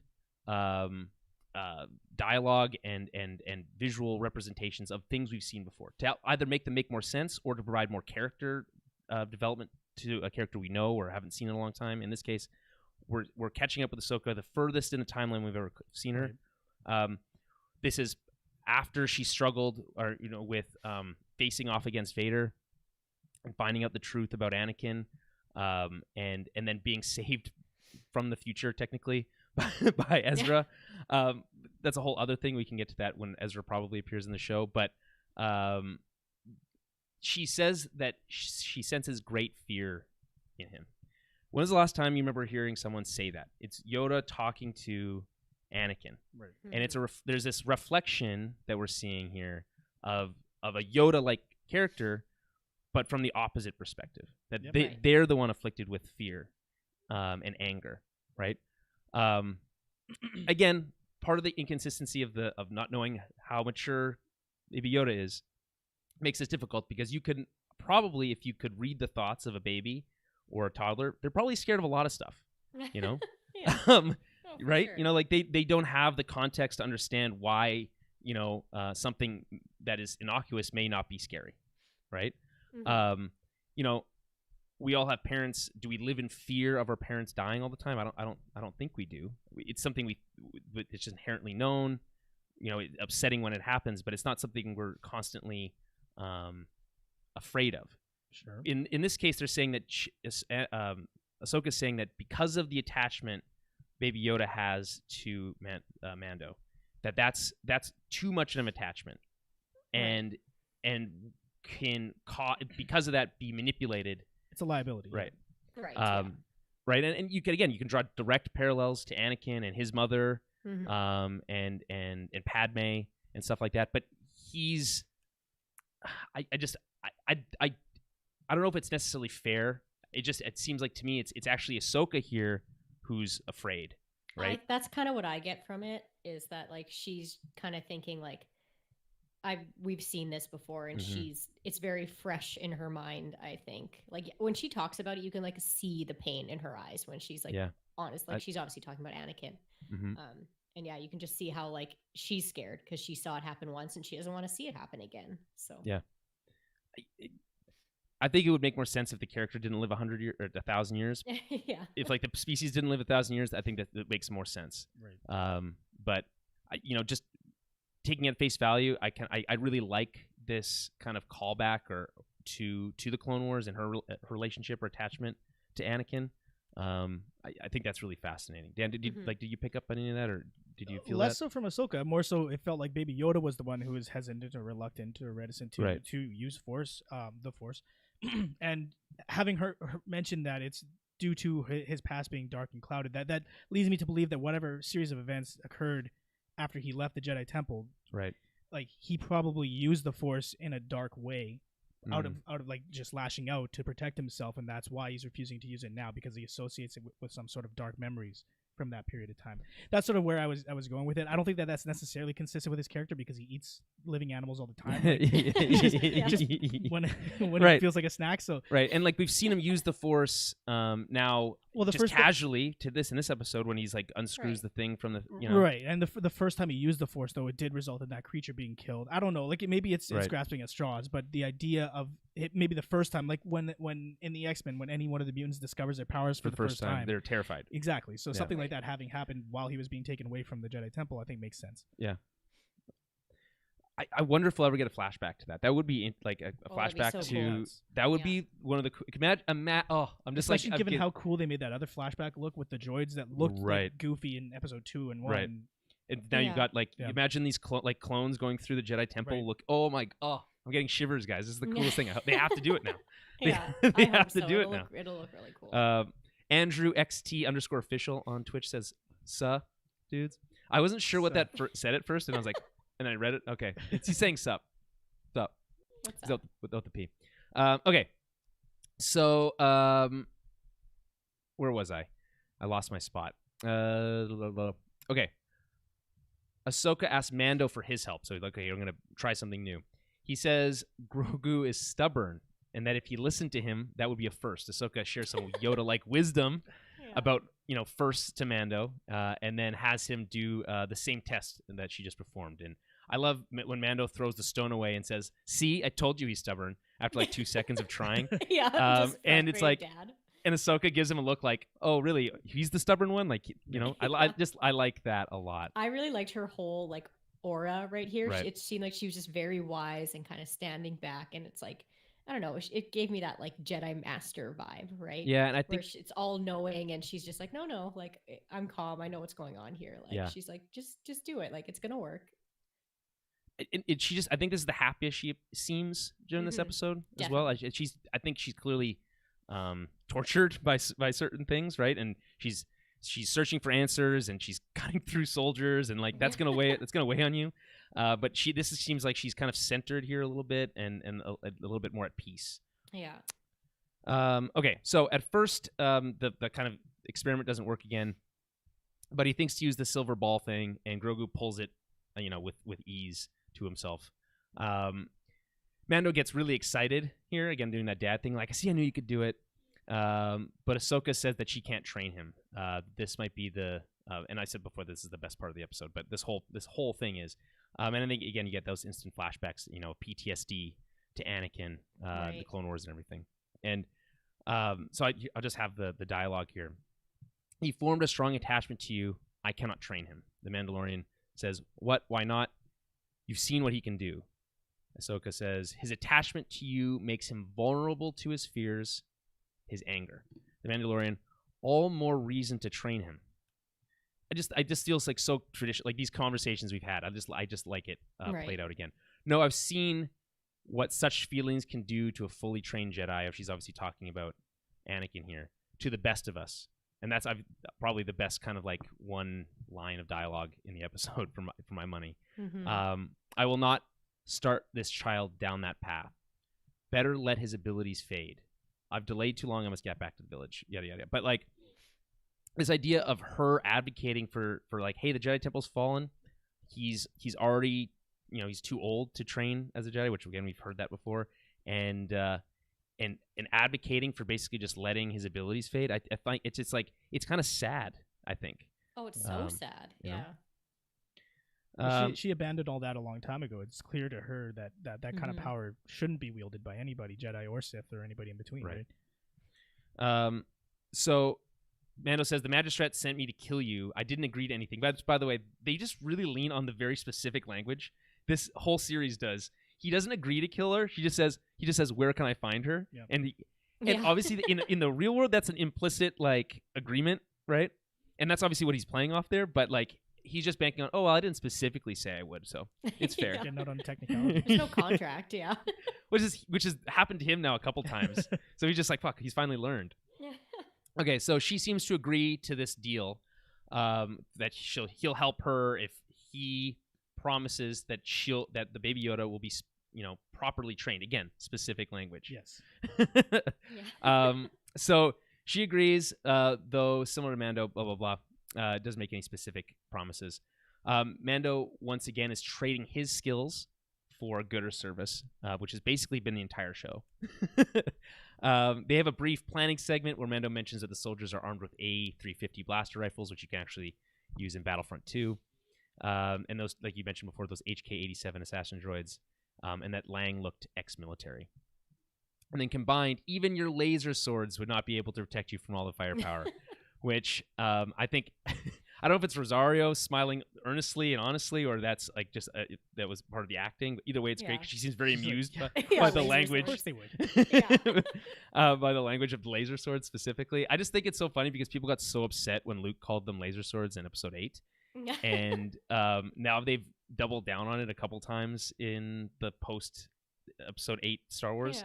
And just kind of try to bring it into the vernacular of Star Wars. It never bothered me, but I find it fun that they continue to use it was that. Always part of the vernacular. And like the reason that it bothers people is that Luke should not be the one to use that term. It makes sense for the Mandalorian to use it. Luke knows what these things are. Yeah, but he in his when he's saying it, he's specifically kind of saying like they're not as amazing as they're meant to be. He would and should have had more respect for that thing. Yeah. We can get into that in another episode. In fact, we have. You can go watch our Episode 8 review from like 3 years ago or whatever it was. Okay. She also mentions that you shouldn't underestimate the magistrate. Says that her people were slaughtered during the Clone Wars, kind of giving background to the magistrate. Yeah.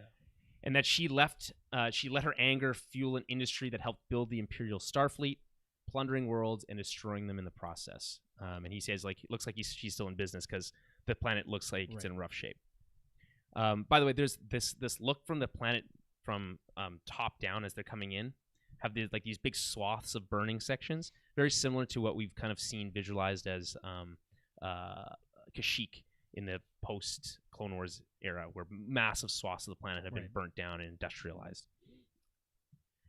Okay, so, and there's this last line that I like. A Mandalorian and a Jedi. They'll never see it coming, which I like because we've seen them work together in the past. Yeah. But it's just not something that, is widely held. Yeah. Okay, so we get to the big action sequence. There's a drastic shift in music. There's like this tribal kind of feel to it. The soldiers sound the alarm as Ahsoka leaps up the wall and takes out the guards. She cuts the giant bell in half at the same time as cutting another person in half. Yeah. Presumably. It's definitely a guy. I don't know how else there's no other way to put it. That guy got cut in half. All we know is that the bell got cut in half and he was between her and the bell. Yeah. That's all we know. It's a very Disney way of cutting someone in half. Yeah. And it's kind of like this. It reminds me of like how people always get upset with the Jedi for like coming in and like just wrecking shop and then leaving. It's like, hey, we freed you, and then but like their town is burning. Where she's like, this, like that bell is clearly super old and ancient and probably has some sort of like cultural significance, but she just cuts it in half. I just think that's funny. So anyway, she cuts the bell in half. And has a standoff with Morgan, Lang, and all the soldiers. And I think a deliberate homage to samurai films. Like she walks in and solves it. Yeah, sure. Loved it. Specifically, Kurosawa's Yojimbo has been mentioned a lot around this episode. I've never seen Yojimbo. I read the like synopsis of it. It sounds awesome. Yeah. So I might go watch that. But I think that's clearly what they're referencing here. So she throws down Mando's, what's the shoulder piece called? It's there's a specific name for that piece of armor. Damn it. Anyway, Daniel, you come back. Pauldron. Saying that Mando failed. Basically, again, this is all a trick. Morgan orders Ahsoka killed, but she escapes into the city streets. This is right after that part we mentioned with kind of the weird choreography. Yes. But mostly I thought pretty cool because she leaps onto a roof with one jump. A lot of force jumps in this episode. Yeah. And then does a bunch of blaster bolt deflections, which, again, we haven't really seen in live action for a while. And then blah, blah, blah, blah, blah. This is basically just an action scene, but there's some interesting moments that are worth calling out. Just as Morgan tells her soldiers to execute the prisoners, by the way, so she's like, execute the prisoners, and then go door to door, which she says afterwards, which is brutal. So awful. Holy shit. Mando flies in and kicks a guy with his. I think he stole that from Bo-Katan's, like that jumping kick move. Yeah. He's getting better with his jetpack now. Yeah, absolutely. And she and him and the old man like let the prisoners out. He's credited as Governor Wing, by the way, just for anyone's curious. Meanwhile, Ahsoka is taking out soldiers in a very Batman way. I got a lot of Batman Begins vibes in this episode. I don't know if you got any of those. Really? Yeah, absolutely. Like this, like she's like stalking these people. Yeah, like stalking up behind them, and no, I mean they have shared roots in like ninja samurai kind of stuff. Mm-hmm. Yeah. Anyway, I just thought it was cool, visually interesting. And then we got a shot of a loth cat, a couple of them. I was so excited. That stupid animal. You know how much I love loth cats. They look dumb. Like, imagine if they just use regular cats. They just have such squashed faces. They're so funny. Why is their face like that? Yeah, I don't know. I was kind of upset because in the subtitles they just called it like a creature. They're like, oh, really? A creature snarls. I'm like, a creature? I was like, excuse you, that's a loth cat. So they call them loth cats because they come from Lothal. I believe. But why is there so many of them all over the galaxy? Probably I guess because people think they're cute, and then they're like, "Oh, this looks like a cool pet," and then they take it but somewhere else. But it turns out they're not cute. And then they set them free because they're assholes. Yeah, they're all assholes. Just like this is not what I got. This is not what I signed up for. It's like when people put goldfish into like the river, and then they become like a massively invasive species and like mess shit up. Is that true? Yeah, it's very true. I didn't know that's true. Places, yeah. Okay. That's just I just thought about like these massive goldfish. It's the thing. Okay. I read a story about it the other day. Okay. All right. Okay. So, she's about to take out Lang. Oh, I forgot to mention. She does that cool lightsaber thing that she does in where she ignites them and pulls them apart at the same completely time. unnecessary, but really cool. It's very cool. It looked so good. Yeah. Oh, I know. It was bad, and you just know hey, we did this once, and it's now it's just her signature move. Yeah. So she takes out these guards, and she's about to take out Lang, but the assassin droid saves him. How cool is his pump action shotgun blaster? It's the coolest thing. Yeah. Like a blunderbuss. Yeah, right? Exactly. But it's also pump action, so he has to reload. Guns, blasters in Star Wars also don't make sense most of the time because you've got Bando's slug thrower thing that disintegrates people, and then you've got standard blasters. It's not clear why if there's disintegration technology, why everyone's not just using that all the time. I don't know. I mean, that's just nowadays. There's bazookas, but not everybody has one. Yeah, I guess that's modern. There is bazookas. That's a modern day disintegration technology. That's a good point. That's a good point. Okay. Okay. So meanwhile, Ahsoka confronts Morgan in her garden. Again, also very callback to this samurai film look. Mm-hmm. Meanwhile, Mando's having a Western standoff with Lang. It's perfect. It's perfect. Yeah, it was really cool. I love the shot of Ahsoka on the wall, standing over top of Mando's shoulder. Mm-hmm. I thought that was a really nice touch.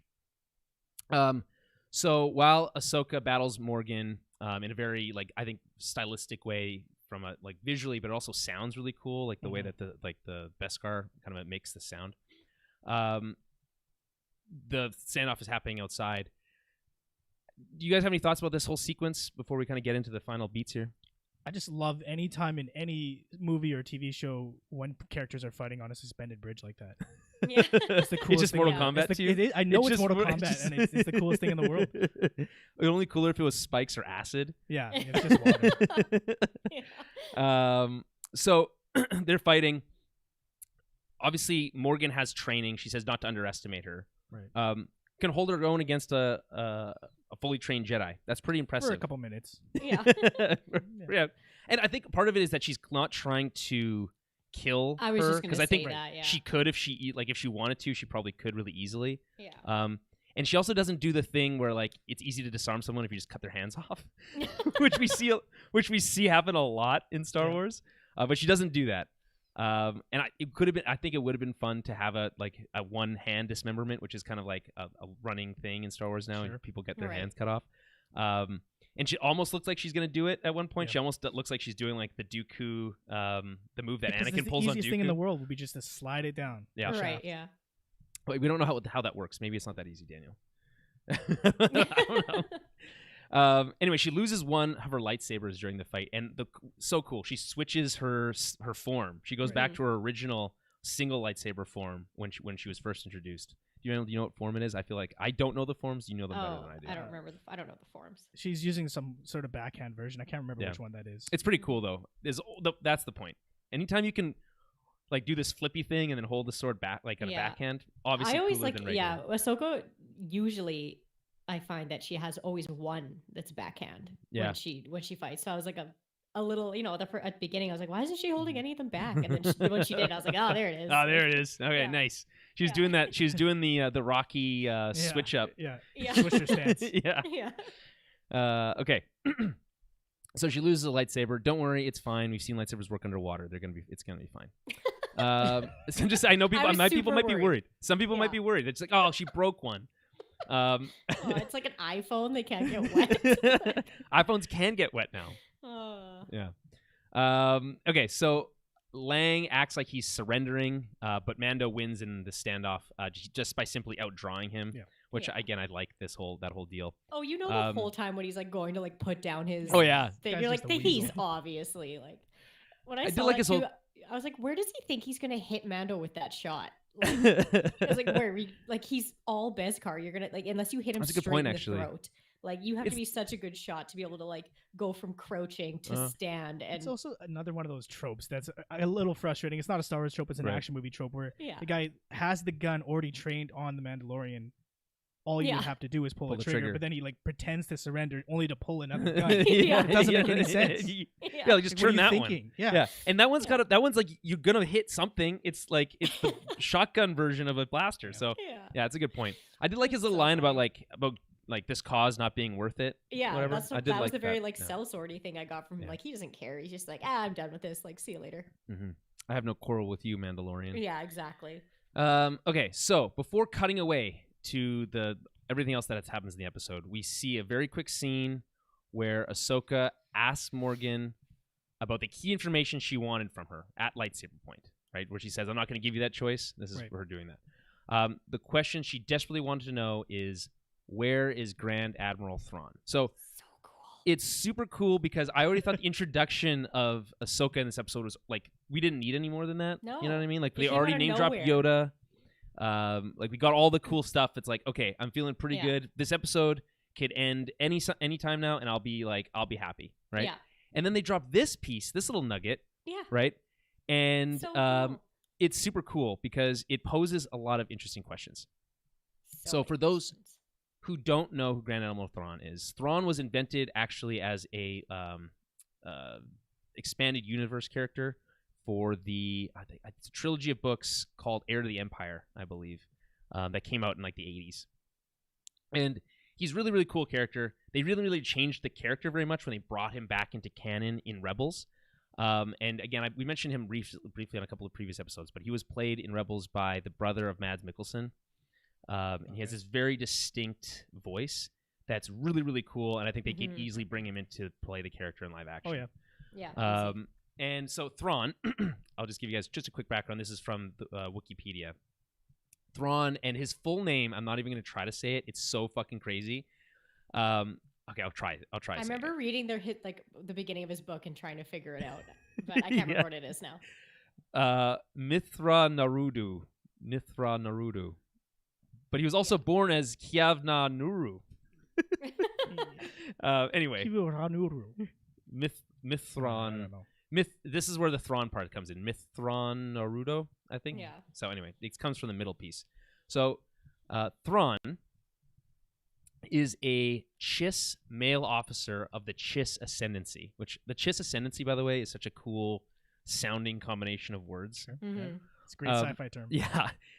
And that's just like their own military and Grand Admiral in the Imperial Navy during the Age of the Galactic Empire.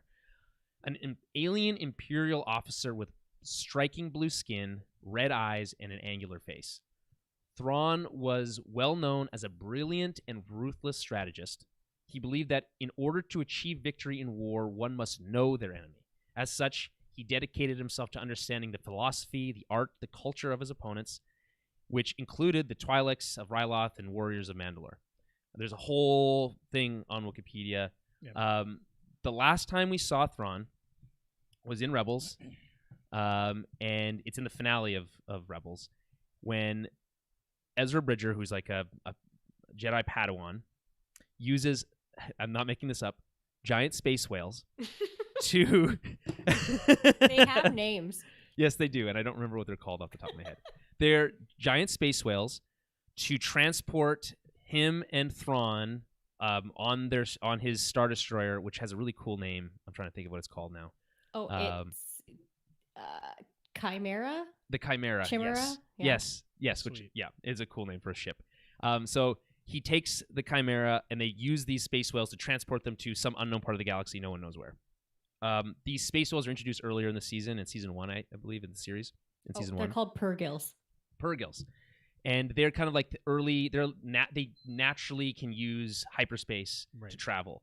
It's just a naturally occurring thing, and they're the lore is that early travelers were inspired by these creatures to learn how to travel through hyperspace. Right. So that's the last time we saw him, and we know because of that same finale that Ahsoka and who was it that she went with? Sabine, who at one point had the Darksaber. So again, connecting things here. Yes. Went on a mission to find Ezra, to go save him, bring him home, right? Is the idea. And that, we don't know exactly when they left on that mission, but it's presumably before now in the timeline of Mandalorian. Right. Yeah. And sometime seemingly close after the fall of the Empire, at the battle of when the second Death Star was destroyed. So that's all we know, and there's no other information. Like we don't know anything else. There's 2 books that are written about Thrawn. They're both prequels, if I'm not mistaken. Yeah, I've started reading one of them like twice. I really need to read it, but there's one that's all about like him and Vader. Yeah, they go on a mission and they get stuck on a planet, and it's him and Vader. And there's this thing where, they hint at Thrawn knowing who. Try not to spoil. I'm not spoiling the book, but they hint at that Thrawn is smart enough, is able to figure out who Vader was. Yes, right. yeah. And they don't explicitly say it, but I think that's interesting. Thrawn has also had run-ins with Anakin too, is what they kind of allude to. Yeah. Which we've never seen before, but they allude to that as well. Yeah. So she's clearly still on the mission to find Ezra. Right. Presumably. But this is so cool. So it's like, okay, like, does this other chick, right? Like, is Thrawn back? Has he been seen? Has she spoken to him? Like, does this specific like Morgan person know about Thrawn? So yeah, I'm so excited. The questions are seemingly endless. I have no idea. Mm-hmm. I'm super fascinated in terms of like, there is so here's the kind of the flip side to the Dave Filoni coin. So he's really good at threading, like I mentioned before, threading in these larger parts of the universe.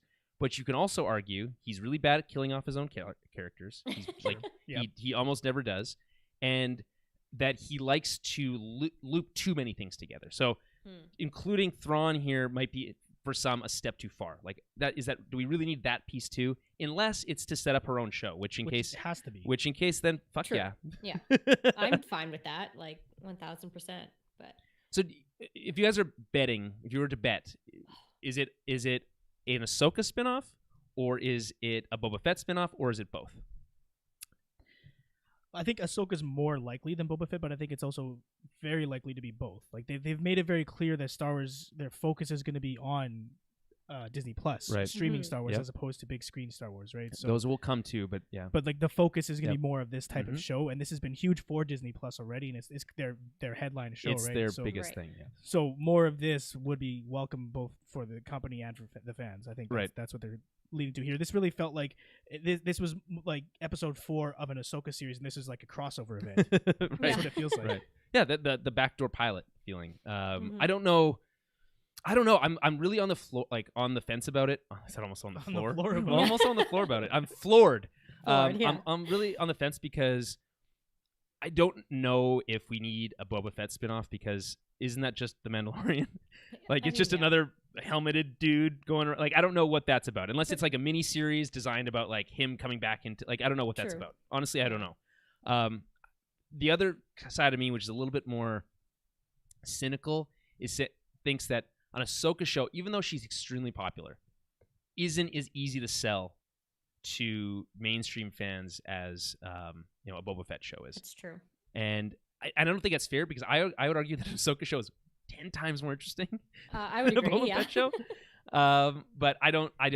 It's hard to say. I don't. From where we're sitting now, I don't know. You're forgetting the jetpack factor. Ahsoka doesn't have a jetpack, and so it's inherently less interesting than a Boba Fett That's show. a good point. I mean, you never know. Maybe they can both share a show. But well, hey, remember when can be incorporated in her show? And every time he has to jump jetpack somewhere, she'll just force jump. Right. Yeah, exactly. I like the idea that it just becomes an ensemble show. So you've got like Boba Fett, and you got Mandalorian, you got Ahsoka, Baby Yoda's there. Yeah. He's now a teenager, and he's a little angsty. You didn't do the Baby Groot thing. With yeah. Right. I don't know. We know there's going to be more shows. Mm-hmm.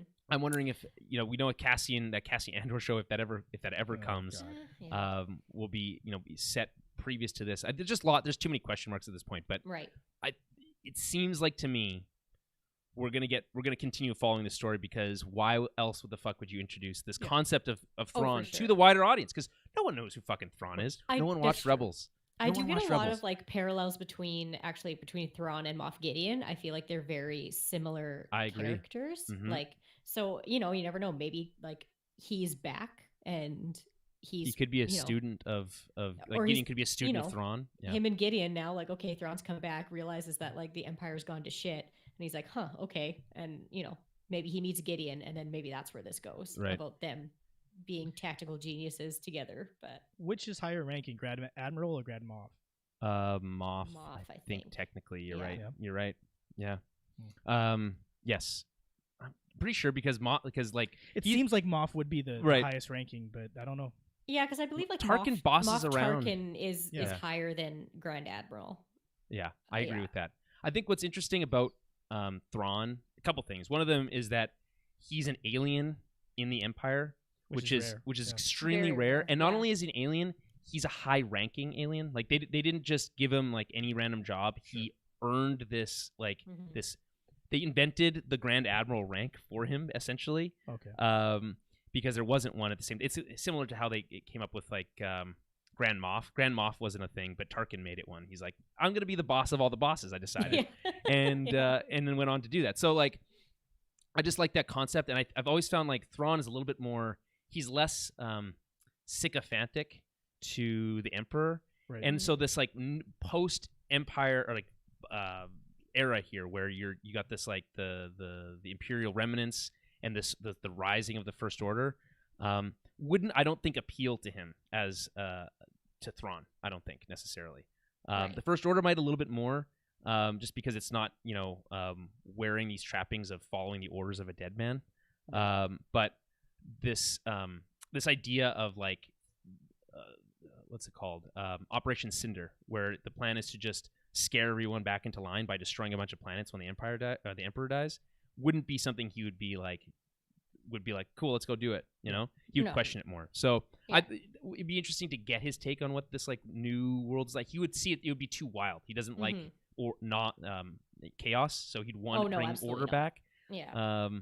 But through which means I don't know. The Chiss, by the way, we don't ever really see this. The Chiss ascendancy is this whole like naval fleet and army that is like in the unknown regions. No one's really seen it. Anyone who goes out there generally dies and never returns. So this idea that there could be like the return of this invasion by the Chiss ascendancy into like the known regions of space is also like a fascinating concept. Right. Okay, well, there is one last couple scenes here. So as we see townsfolk celebrating, the air is already much cleaner. Which is fine. It's like a visual thing. It's like, hey, by the way, things are better now. Yeah, good defeated evil. Yeah, so the air is nicer. Exactly. It's like it's like Mordor or whatever, right? Right, Dan? It's like Mordor. I'm thinking of like because Mordor remains sort of like a stinking a hole in the ground. I'm thinking of like around the tower. What's it called? What's the where the White Wizard was hanging out? What's that one? What's that one called? Orthanc is Isengard. Isengard. That's what I'm thinking of. So it's like Isengard, but right after they got flooded out by all the ants. Sure. You know what I'm saying? Yeah.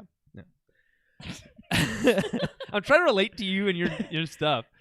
They're just Lord of the Rings might not be the best parallel to draw for this. Well, episode, I'm sure there's some. Okay. So Ahsoka gives Mando back the spear, and despite his protests about not completing the job, he tells her that to wait there while he goes to get Grogu and accepts the gift. Yada yada yada. He sounds conflicted. There's this like, okay, hold on, I'll go get him. Mando has this moment where he says goodbye to a sleeping Grogu. Now, this is where you get like this thing. It's like, well, things aren't going to play out as kind of straightforward as you think, because it's a crossfade where we just ignore the whole goodbye. Like, you don't see him say goodbye or say goodbye to each other. Yeah. They just skip over that whole section.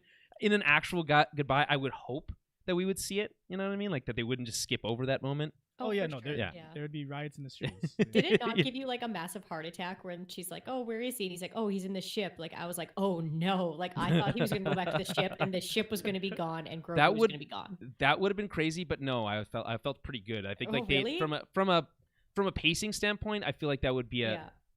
I immediately was like, "Oh no, they're gonna get him! Like they got him already!" Or like, oh, fuck. I mean, it's a good point, but I also remember the time when he said that get Baby Yoda back to the ship at the end of season 1, and you turn on the like self-defense like protocols, and nothing's getting in. Whatever. Right, yeah, that's true. So I felt pretty safe with him in the ship. That's fair. But you're right though, Rachel. That moment is coming. They have they have a tracking beacon, a tracker on the ship. They're eventually going to kidnap Baby Yoda at some point this season, and probably try to steal more blood from him. Yeah. And his name is Grogu. Okay, so they have this short goodbye. Ahsoka appears at the ship, even though he told her to wait at the town. And once again, she's telling Mando that she can't train him. Mando's not happy about this, about her breaking her end of the deal that they made. You'd think, again, he'd be used to this by now. This seems to keep why even make deals with people at this point? It just keeps happening to him. Instead, she says, tells him to go to the planet Typhon, where Mando will find an ancient temple with a strong connection to the Force. Mando is to place Grogu on a seeing stone at the top of a mountain and have him reach out through the Force. And if they're lucky, another Jedi will sense his presence and come looking for him. There's a lot of ifs and buts in this plan. So she's basically passing the buck here. She just completely violated the terms of the agreement. Right. But she didn't agree to it. She didn't agree. Specific language, right? She said she would agree to get him properly trained. So this is her doing that. That's true. So, you could say that she's fulfilling her end of the deal from a certain point of view. She certainly could say that. But you said he killed my father. Well, in a way, Luke. He killed the idea of your father.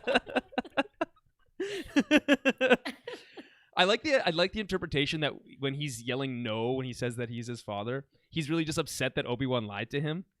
No, he told me that you killed him, which is what he says, but still. Yeah. Okay. So I looked up Typhon, and you guys who have played the Old Republic stuff might know more about this than I do, but I did look it up, and Typhon first appeared in 2007 novel Darth Bane, Rule of Two. So that's already cool to me. In that book, Typhon is identified as the birthplace of the Jedi Order according to legends. This was confirmed in the supplementary material preceding in the 2011 release of the MMORPG Star Wars: The Old Republic, in which the planet plays a prominent role in the early gaming experience for players who choose the path of Jedi Consular or Jedi Knight. I looked up, there's this I looked up in the Wikipedia that's super long. I was not expecting it to be this long. And the first little bit is Typhon was a planet in the Typhon system of the deep core. So the deep core, if you're looking at the galactic map, is where all the stars get really close together. Right. It's really dense and it's really hard to navigate. It's really hard to get in and out of, and that most of the hyperspace lanes are extremely dangerous, or if they exist at all. Right. You're gonna there's stars everywhere. You're just gonna go through stars constantly and just die. So it's in the deep core, and it played a pivotal role in the histories of the Jedi, which is the JE''DAII, which is the precursor to the Jedi Order. Mm-hmm. A verdant world that was incredibly rich in the Force. Typhon was inhabited by an unknown species hundreds of thousands of years before the rise of the Galactic Empire, and it was visited by the Gree and the Qua, two of the earliest species to achieve interstellar travel, in 36,453 BBY. Okay. Wow. That's 50,000 years prior to the current timeline, essentially. I don't know how much of this is still canon, for the record. Sure. But my guess is that what they do bring in terms of back into canon will be that it is the birthplace of the Jedi. Birthplace of the Jedi. Yeah, okay. If it's 50,000 years in the past, unclear. I'm guessing when they bring the Old Republic back into canon officially, sure. That we're going to be dealing with, I think, hundreds of years and not thousands. Is my hunch on that. Hundreds of years would be a little ridiculous. You don't think hundreds is not enough? I think if you look at human civilization, right? But you're not meant to. Yeah, but we're speaking to the show is speaking to humans. So I don't know. I think it doesn't make sense for this. We talked about this before. And we talked about this when we spoke with what's his name? Pablo Hidalgo a couple years back. Their inconsistency of technology hasn't changed. Nothing's changed in 10,000 years is kind of dumb. It's easier in my mind to digest if it's only a couple hundred years. Lots of wars can happen in a couple hundred years. It feels And especially when you consider the Clone Wars was like, how long is it? It's only 15 years. It's 3 years long or something like that. It's super short. It's this tiny sliver of time that we spent all this time with and all this stuff. And you're going to say, okay, what happened for the 1,000 years before, the Old Republic? And we've got new books now set in the age of the High Republic, which is a couple hundred years before Yoda's still alive. So it's like, I think it's like 500 years before. So I'm wondering if they maybe go as far as 1,000, maybe 2,000 years into the past. I don't know. We'll see. Or they change the look and feel. Maybe it feels a lot more ancient when they actually show it to us in that way. I don't know. That's it. That's Typhon. That's where they're off to next.